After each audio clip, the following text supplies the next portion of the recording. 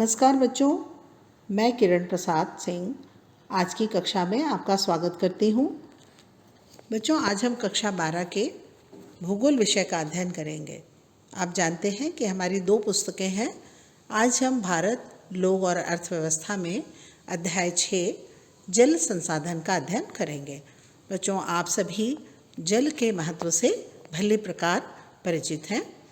चलिए आज आगे हम देखते हैं। इस चित्र में आप भली प्रकार जानते हैं कि नदियाँ धरातल पर जल संसाधन उपलब्ध कराने के मुख्य स्रोत हैं, और आज का अध्ययन जो हम कर रहे हैं वो भारत के संदर्भ में जल संसाधन को हम पढ़ेंगे।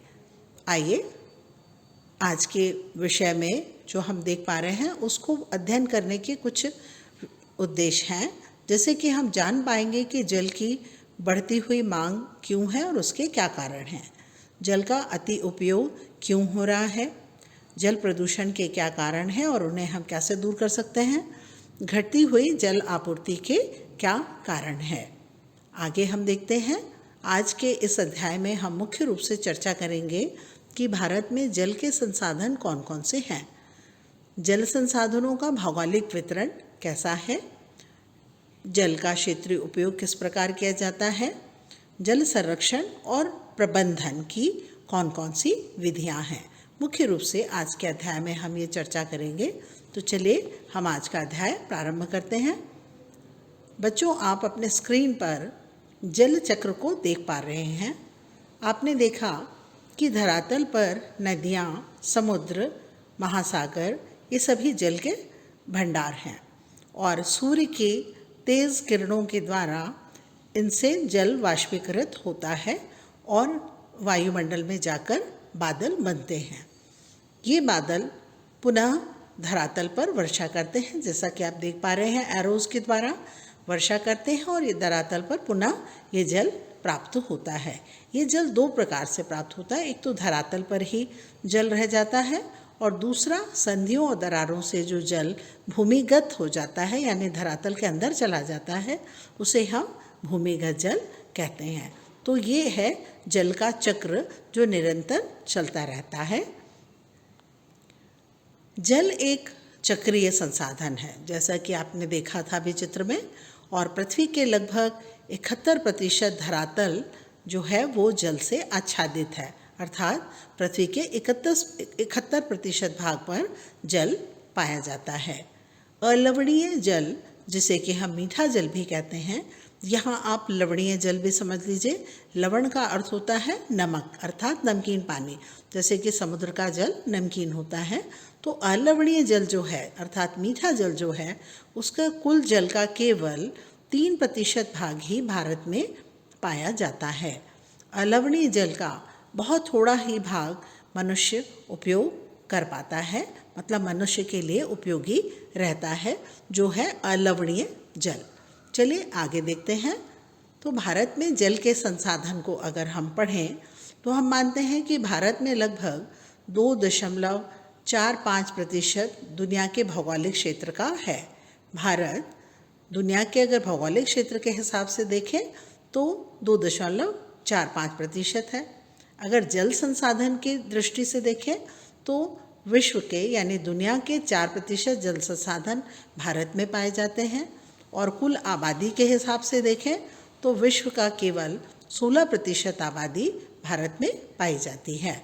तो इस तरह से जल संसाधनों की क्योंकि हम चर्चा कर रहे हैं, तो भारत में विश्व का 4% जल संसाधन ही पाया जाता है। भारत को वार्षिक वर्षा अर्थात 4000 घन किलोमीटर और सतह और भूजल स्रोतों से जल प्राप्त होता है, अर्थात 1869 घन किलोमीटर जल धरातल पर प्राप्त होता है। लेकिन पानी के जो ये 2 स्रोत हैं उनसे केवल 60% अर्थात 1122 क्यूबिक मीटर ही लाभकारी और उपयोगी जल पाया जाता है। धरातल पर दोनों ही तरह के जल हैं, सतही जल और भूजल, भूमिगत जल, लेकिन उसका केवल हम 60% भाग ही हम धरातल पर इसका उपयोग करते हैं, और यही लाभकारी और उपयोगी जल है। देखिए, आपके सामने भारत के मानचित्र में नदी बेसिन दिखाए गए हैं। आप जानते हैं कि जल का मुख्य स्रोत नदियाँ ही हैं। यहाँ पर नदियों को दो भागों में बेसिन को बांट दिया गया है, पश्चिमी प्रवाह और पूर्वी प्रवाह। पश्चिमी प्रवाह अब जम्मू कश्मीर से दक्षिण में कन्याकुमारी तक एक सक्रिय पट्टी के रूप में देख रहे हैं और नर्मदा की घाटी देख रहे हैं। इसी तरह से पूर्व का जो प्रवाह है, नदियों का प्रवाह, वो बहुत ही बढ़ा चढ़ा है, जिसमें गंगा नदी का प्रवाह, ब्रह्मपुत्र नदी का प्रवाह उत्तर पूर्व में और दक्षिण की नदियाँ मुख्य रूप से ये जल प्रवाह पाया जाता है। अब हम भारतीय जल संसाधन को यदि पढ़ें तो हम भारतीय जल संसाधन को मुख्य रूप से 3 भागों में बांट लेंगे: धरातलीय जल संसाधन, भौम जल संसाधन और लैगून या पश्च जल। धरातलीय जल संसाधन का अर्थ है धरातल पर जो जल हमें देखने को मिलता है, नदी, तालाब, तलैया, इनमें। भौम जल का अर्थ है भूमिगत जल, जो भूमि के भीतर धरातल के अंदर पाया जाता है। लैगून और पश्च जल जो नदियों के द्वारा या समुद्र के द्वारा छोड़ दिए इलाके होते हैं, उन्हें हम लैगून कहते हैं। और पश्च जल, जिसको कि अंग्रेजी में हम बैक वाटर भी कहते हैं, ये भी समुद्र और नदियों के द्वारा भीतर, धरातल के भीतर आया हुआ जल होता है, उसे हम पश्च जल कहते हैं। तो मुख्य रूप से भारतीय जल संसाधन 3 प्रकार से हम विभक्त कर लेंगे। आइए आगे पढ़ते हैं। धरातलीय जल संसाधन, इसके 4 प्रमुख स्रोत हैं, जैसे कि नदियाँ, झील, तलैया और तालाब। तालाब का छोटा भाग हम तलैया कह सकते हैं। भारत के सभी जो नदी बेसिन हैं, अभी हमने देखा कि पूर्वी और पश्चिमी जो नदी बेसिन है, उसमें मुख्य रूप से औसत अगर हम वार्षिक प्रवाह, नदी का प्रवाह देखें तो वो है 1869 घन किलोमीटर, मतलब नदी में इतना जल पाया जाता है। और धरातलीय जल का केवल 690 घन किलोमीटर, अर्थात केवल 32%, धरातलीय जल का केवल 32% जल ही उपयोग में आता है, मतलब यही जल उपयोग किया जाता है। अब जो महत्वपूर्ण बात यह है कि गंगा, सिंधु और ब्रह्मपुत्र के जल ग्रहण क्षेत्र बहुत ही बड़े हैं। आप जानते हैं कि गंगा, सिंधु और ब्रह्मपुत्र नदियों की बहुत सी सहायक नदियां हैं, इसलिए इनके जल ग्रहण क्षेत्र भी बहुत बड़े हैं। इसके विपरीत दक्षिण भारतीय जो नदियां हैं, जिनमें मुख्य रूप से गोदावरी, कृष्णा और कावेरी नदियों में वार्षिक जल प्रवाह का अधिकतर भाग, ज़्यादातर भाग इसका उपयोग होता है। आप अपने स्क्रीन पर इन चित्रों में देख पा रहे हैं, ये धरातलीय जल के प्रमुख उदाहरण हैं। जैसे कि नदियाँ, मुख्य रूप से जो हिम नदियों का जल प्रवाहित होता है और उसके बाद नदियों में आता है, ये अलवणीय जल है और धरातलीय जल के उदाहरण हैं। उसी तरह झीलें, ये भी धरातलीय जल के उदाहरण हैं। भौम जल संसाधन, भारत में कुल पूर्ति योग्य मतलब जितना हम उपयोग कर सकते हैं, उतना भौम जल संसाधन लगभग 432 घन किलोमीटर है। धरातल पर भौम जल संसाधन 432 घन किलोमीटर है और भौम जल का केवल 46% गंगा और ब्रह्मपुत्र नदियों के बेसिन में ही पाया जाता है। जैसा कि हमने पूर्व में भी पढ़ा था कि गंगा और ब्रह्मपुत्र नदियों का प्रवाह क्षेत्र बहुत बड़ा है, इसीलिए यहाँ भौम जल की मात्रा भी बहुत अधिक, करीब 46% है। पंजाब, हरियाणा, राजस्थान, तमिलनाडु राज्यों में भौम जल का उपयोग सबसे अधिक होता है। ये प्रश्न बच्चों यहाँ पर छोटे प्रश्नों में या वस्तुनिष्ठ प्रश्नों में इस प्रकार के प्रश्न आ सकते हैं कि सबसे अधिक भौम जल कहाँ पाया जाता है, तो गंगा ब्रह्मपुत्र नदियों के बेसिन में पाया जाता है। सबसे अधिक भौम जल किन राज्यों में उपयोग होता है, तो पंजाब, हरियाणा, राजस्थान और तमिलनाडु राज्यों में भौम जल का मतलब भूमिगत जल का अधिक उपयोग होता है। परंतु छत्तीसगढ़, ओडिशा, केरल में भौम जल का उपयोग बहुत कम होता है।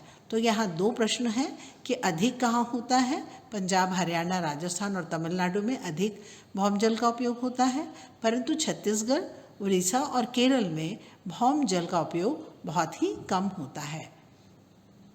आप ये देख रहे हैं इस चित्र में कि बादल बनते हैं, बादलों से वर्षा होती है, वर्षा धरातल पर आते हैं और धरातल के जितने भी वाटर बॉडीज़ हैं, जितने भी समुद्र, महासागर, सागर, झील, नदियाँ, इन सभी को जल प्राप्त होता है और कुछ जल वाष्पीकृत होकर वापस वायुमंडल में चला जाता है, परंतु कुछ जल भूमि के द्वारा सोख लिया जाता है, वही भौम जल कहलाता है। इन चित्र में आप और अच्छे से देख पा रहे हैं, यहाँ आप देख रहे हैं कि दो तरह का जल आपको दिखाई दे रहा है। कुछ भूमि के द्वारा सोख लिया जल है, वो कहलाता है ग्राउंड वाटर, और एक जल आपको दिखा रहा है सरफेस वाटर, मतलब ये धरातली जल है और भूमिगत जल, ये इस चित्र से आप भली प्रकार समझ सकते हैं। अब हम जानेंगे कि भौम जल के क्या रूप हैं या किन रूपों में हम भौम जल का उपयोग करते हैं। आप सभी ने कुएं देखे हुए हैं, इन्हें हम गहरे खोद कर ज़मीन से गहरे खोदे जाते हैं और उनसे फिर हम जल प्राप्त करते हैं।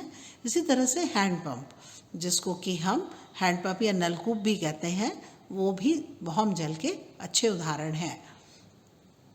इस चित्र में बहुत ही अच्छी तरह से आप देख पा रहे हैं कि धरातल की जो जल है वो बादलों के द्वारा आप दो तरह से देख रहे हैं। एक तरफ तो वर्षा बूंदों, पानी के बूंदों के रूप में हो रही है, दूसरी तरफ पर्वतों पर वर्षा स्नो यानी हिमपात के रूप में हो रही है, और ये दोनों ही जल वापस धरातल पर आता है। इसमें से कुछ जल धरातली जल के रूप में और कुछ जल भूमिगत जल के रूप में उपलब्ध होता है। आप इस चित्र में देख पा रहे हैं ग्राउंड वाटर, जो संधि और दरारें होती हैं उनसे जल रिस कर निचले भागों में चला जाता है, और जो फिर हमने देखा कि कुएं और हैंड पंप में इनका उपयोग होता है। लैगून और पश्य जल।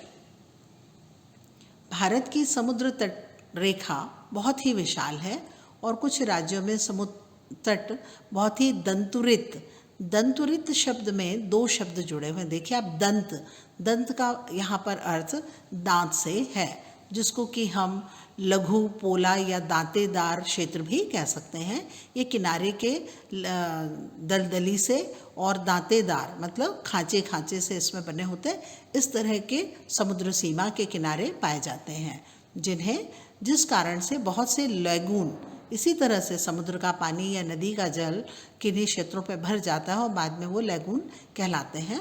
तो इस कारण से बहुत से लैगून और झीलें बन जाती हैं।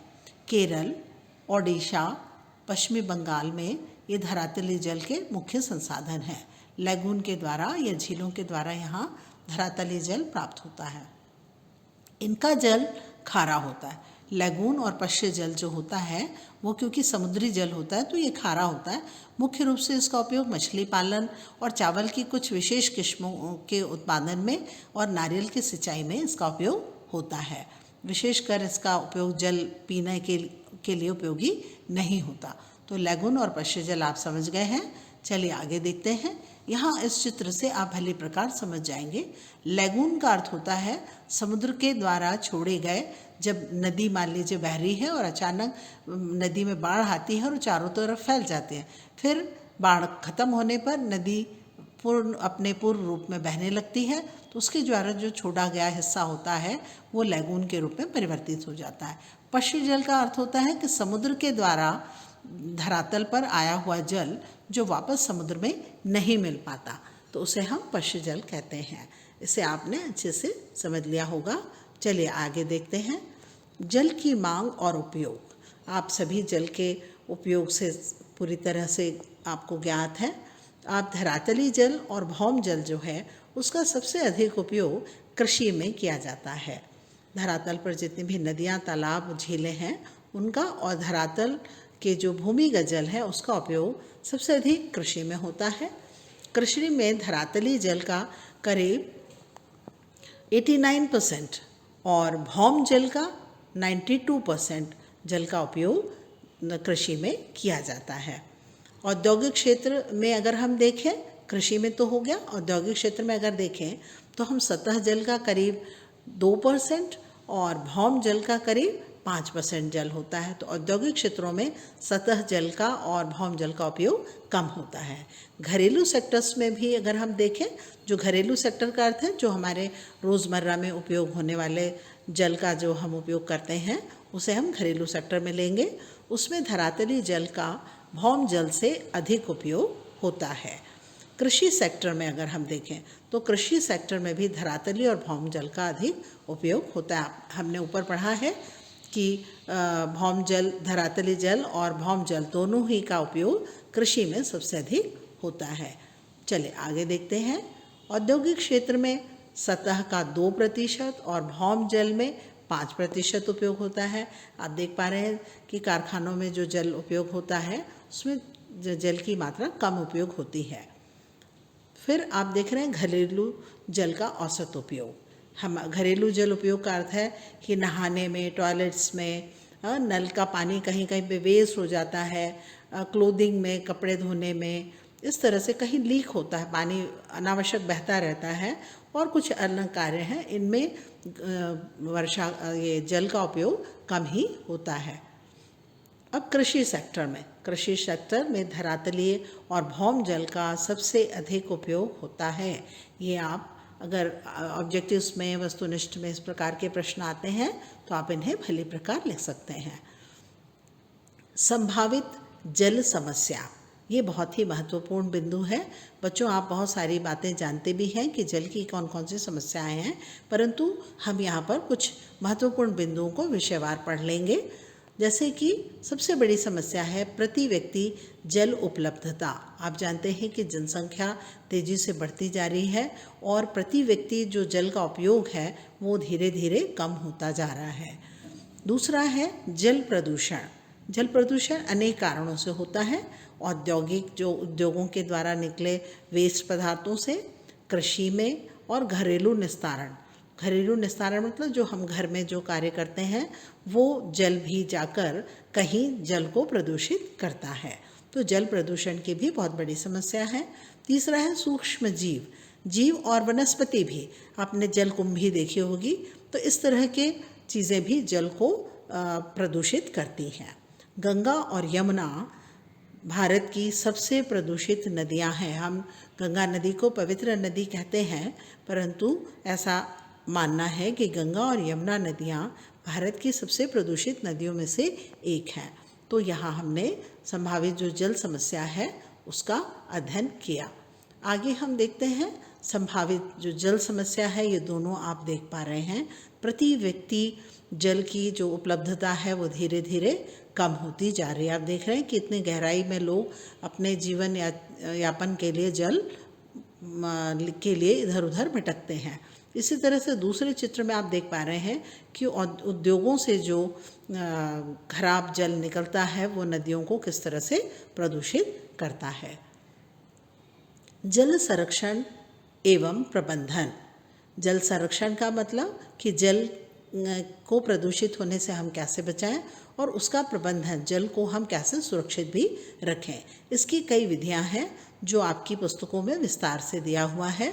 सबसे पहला है कि जल की बचत तकनीक, किन तकनीक का उपयोग करके हम जल को बचा सकते हैं। आप जानते हैं कि पृथ्वी पर जल प्राप्ति का मुख्य स्रोत वर्षा ही है, परंतु जब कभी वर्षा की कमी होती है तब सूखा पड़ने लगता है। तो इसीलिए जल बचत की हमें उच्च तकनीक का इस्तेमाल करना होगा। दूसरा है प्रदूषण से बचाव। जो प्रदूषण हो रहा है जल में, उससे हम कैसे बचें। तीसरा है जल संभर विकास। जल संभर विकास को हम विशेष रूप से पढ़ेंगे। चौथा है वर्षा जल संग्रहण। आप सभी ने रेन वाटर हार्वेस्टिंग के बारे में सुना हुआ है, तो यही है वर्षा जल संग्रहण। जल का पुनः चक्रण, खराब जल को हम किस तरह से प्यूरिफाई करें और वापस उसको उपयोग हेतु बना लें, यह है जल पुनः चक्रण। और पुनः उपयोग, जल अगर वेस्ट हो रहा है तो हम उसका फिर से कैसे उपयोग कर सकते हैं, ये जल संरक्षण और प्रबंधन के प्रमुख सोपान हैं। चलिए आइए देखते हैं जल बचत तकनीक। इस चित्र में आप देख रहे हैं कि वाटर बॉडी के पास में ही कुआं खोद दिया गया है ताकि इसमें जल हमेशा ही सुरक्षित रहे और प्राप्त होता रहे। दूसरे चित्र में आप देख रहे हैं जल प्रदूषण को दूर करने की कौन कौन सी सावधानियां हम कर सकते हैं। इसको आप अगर ध्यान से देखेंगे इन चित्रों में तो आप आसानी से समझ जाएंगे कि जल प्रदूषण को दूर करने के लिए हम क्या क्या उपाय कर सकते हैं। वर्षा जल संग्रहण। वर्षा जल संग्रहण, जब वर्षा का जल आता है तो आप देखते हैं कि अनुपयोगी होकर वो इधर उधर बह जाता है और वो वेस्ट होता है, मतलब बेकार हो जाता है। तो उस वर्षा के जल को हम अगर संरक्षित कर लें, सुरक्षित रख लें, तो किस प्रकार से वो बाद में उपयोग होता है। इसके लिए घर के छत पर एक पाइप के द्वारा उसे ज़मीन में प्रवेश करा दिया जाता है और एक बड़ा गड्ढा खोद दिया जाता है। उसमें ये वर्षा का जल संग्रहित होता रहता है और बाद में इसका उपयोग हम कृषि और अन्य कार्यों के लिए या कुओं में इसका इस्तेमाल, फिर कुओं के जो लेवल होते हैं पानी के वो थोड़े ऊपर आ जाते हैं और फिर हम इसका उपयोग कर सकते हैं। जल का पुनः चक्र और पुनः उपयोग। अलवणीय जल में सुधार हम कैसे करें, मतलब स्वच्छ और मीठा जल कैसे तैयार करें, कम गुणवत्ता वाले जल का भी हम उपयोग करें और जो शोधित यानी साफ किया हुआ अवशिष्ट जल है उसका भी हम उपयोग करें। ये पुनः चक्र या फिर पुनः उपयोग की विधियां हैं कि अलवणीय जल में हम सुधार करें, कम गुणवत्ता जल वाले जल का भी हम उपयोग कर लें, हम उनका उपयोग कृषि और अन्य कार्यों में कर सकते हैं, और साफ किए हुए मतलब शोधित अवशिष्ट जल का भी हम उपयोग कर सकते हैं। यहाँ पर आप देख पा रहे हैं कि पानी पाइप के द्वारा उपचार केंद्र में जाता है, फिर दूसरे चरण में स्क्रीनिंग होती है, साफ़ होता है, पहले प्राथमिक उपचार चरण में जाता है, वहाँ साफ़ होता है, फिर द्वितीय माध्यमिक जो उपचार चरण है वहाँ जाता है, फिर अंतिम उपचार चरण में जाकर फिल्टर पानी नदी में छोड़ दिया जाता है। इस तरह से नदी को पुनः चक्र करके हम उपयोगी बना सकते हैं नदी के जल को। जल संभर प्रबंधन, ये बहुत ही महत्वपूर्ण है बच्चों, और इस पर प्रश्न आ सकता है कि मुख्य रूप से धरातलीय जल और भौम जल संसाधन का दक्ष प्रबंधन, मतलब हम किस प्रकार से धरातलीय जल और भौम जल का प्रबंधन, उसको कैसे सुरक्षित रखें, यही जल संभर का प्रमुख कार्य है या उद्देश्य है। इसके अंतर्गत बहते जल को हम रोकेंगे, किसी स्थान पर इकट्ठा कर लेंगे, अंतः श्रवण तालाब बनाएंगे जिसमें कि इतना तालाब इतना गहरा खोदा जाए कि उसके तली से ही जल रिसता रहे, और पुनः भरण का अर्थ होता है कि आसपास के जो नदियां हैं वो किस तरह से किसी कुएं में या तालाब में गिरें ताकि उनमें पुनः भरण होता रहे। ये जल संभर प्रबंधन के मुख्य उद्देश्य हैं। जल संभर प्रबंधन के उद्देश्यों में कुओं में भौम जल संचय शामिल है, मतलब हम किस तरह से कुएं में भी जल को संरक्षित रख सकते हैं। हरियाली नाम का एक कार्यक्रम हुआ था जो केंद्र और राज्य सरकारों के द्वारा जल संभर विकास कार्यक्रम चलाया गया था, उसमें मुख्य रूप से हरियाली का नाम है। इसी तरह से नीरू और मीरू, जिसका अर्थ है जल और आम, ये आंध्र प्रदेश में इस तरह का एक कार्यक्रम चलाया गया। और अलवारी पानी संसद नाम का अलवर में राजस्थान में एक कार्यक्रम चलाया गया था जो जल संभर प्रबंधन के प्रमुख कार्यक्रम थे। तो मुख्य रूप से आ सकता है बच्चों कि हरियाली कार्यक्रम क्या था, या नीरू मीरू कार्यक्रम किस प्रदेश में चलाया गया, या अलवरी पानी का अर्थ है अलवर का पानी, अलवरी पानी संसद कहाँ पर प्रारंभ किया गया। तो ये जल संभर प्रबंधन के मुख्य बिंदु थे।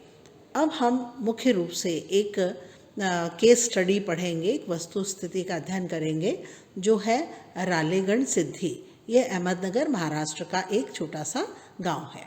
तो हम इसके बारे में पढ़ें कि रालेगण सिद्धि एक छोटा सा गांव है और देश में जल संभर विकास का ये बहुत ही अच्छा उदाहरण है। 1975 में ये गांव बहुत ही गरीबी और शराब के जो व्यापार हैं उनसे जुड़ा हुआ था और यहाँ की परिस्थितियाँ बहुत ही विकराल थीं। परंतु क्या हुआ कि एक सेवानिवृत्त कर्मचारी ने जल संभर कार्यक्रम का यहाँ पर प्रारंभ किया और इस तरह से क्या हुआ कि उन्होंने यहाँ पर मुख्य रूप से परिवार नियोजन, ऐच्छिक श्रम जो खुद आकर कार्य करें खुली चराई, जो पशुओं को मुख्य रूप से चारागाहों में छोड़ना, वृक्षों की कटाई पर प्रतिबंध और मद्य निषेध मतलब शराब पीने पर रोक लगाई। इस तरह के कार्यक्रम यहाँ पे प्रारंभ किए गए। यहाँ जो पानी इकट्ठा किया गया, जिसे हम तटबंध कहते हैं, उसकी मरम्मत की गई और उसके लिए इन्होंने जो कर्मचारी थे उन्होंने नौजवानों की एक समूह तैयार किया जिसका नाम था तरुण मंडल। ये मुख्य रूप से तटबांध की मरम्मत करते थे जिससे जल सुरक्षित रहे। पहली बार ऐसा हुआ कि करीब 5 कुओं का जल स्तर बहुत ही बढ़ गया। इनके इस प्रयासों से यहाँ जल काफ़ी बढ़ गया और यहाँ पर फिर विद्यालय की स्थापना भी की गई। जो भूमि जिन किसानों के पास नहीं थी, जिसको हम भूमिहर किसान कहते हैं, उनको रोज़गार मिलने लगा और इस तरह से रालेगण की विकास की प्रक्रिया एक आदर्श गांव बनने तक नहीं रुकेगी। ऐसा अगर माना जाए तो ये रालेगण की एक जो है कहानी है।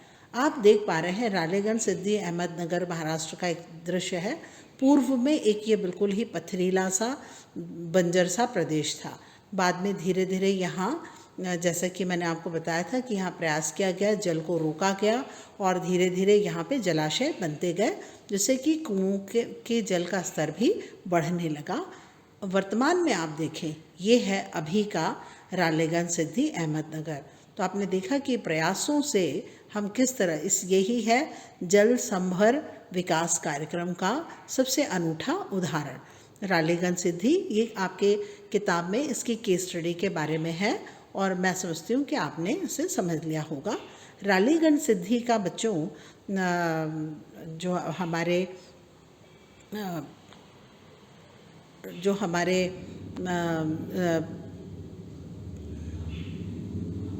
कुछ महत्वपूर्ण प्रश्न इस प्रकार से हैं, इनको आप ज़रूर करिएगा। जल चक्र को चित्र के द्वारा समझाइए। जल संसाधनों को कितने वर्गों में बांटा गया है? धरातलीय जल के प्रमुख स्रोत कौन कौन से हैं?